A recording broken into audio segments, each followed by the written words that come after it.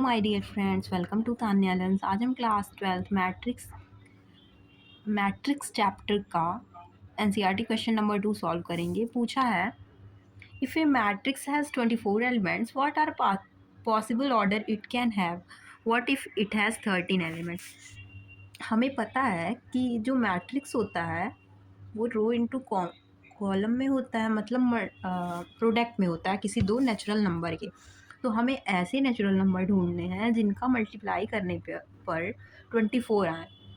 तो सबसे पहले 1 इंटू 24, 24 इंटू 1,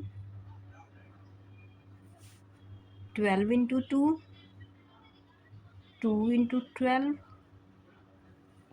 और 8 इंटू 3, 3 इंटू 8, 6 इंटू 4,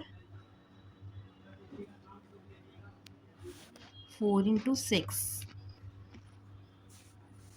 और हमसे और क्या पूछा है इसी क्वेश्चन में, और इसी क्वेश्चन में हमसे पूछा है what if it has 13 elements. 13 elements के लिए तो 1 इंटू 13 एक हो गया पेयर, और 13 इंटू 1। आई होप आपको ये क्वेश्चन क्लियर हो गया होगा। सेम उसी क्वेश्चन की तरह है, तो आइए इसको भी देखते हैं। क्वेश्चन नंबर 3 एनसीईआरटी का, if a matrix has 18 elements, what are possible orders it can have, what if it has 5 elements. 18 elements बोला है, तो हमारा ऑर्डर पेयर क्या क्या बनेगा। Order pair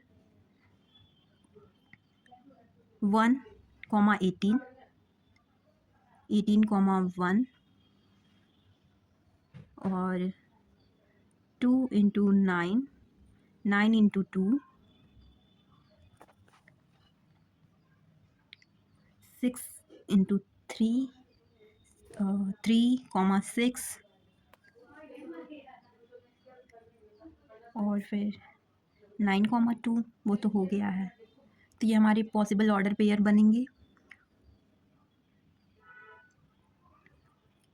possible order pair ये हमारे हैं, और इसको हम ऐसे लिखेंगे m इंटू n के फॉर्म में, 9 इंटू 2, 2 इंटू 9, ऐसे ही हम सारे मेंशन कर देंगे। फिर उसके बाद से क्या पूछा है, what if it has 5 elements. 5 elements के लिए ऑर्डर पेयर बनाना है, तो वो होगा 5, 1, 1, 5,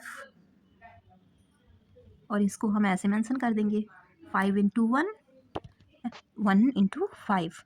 आई होप आपको ये क्लियर हो गया होगा question. Thank you for watching.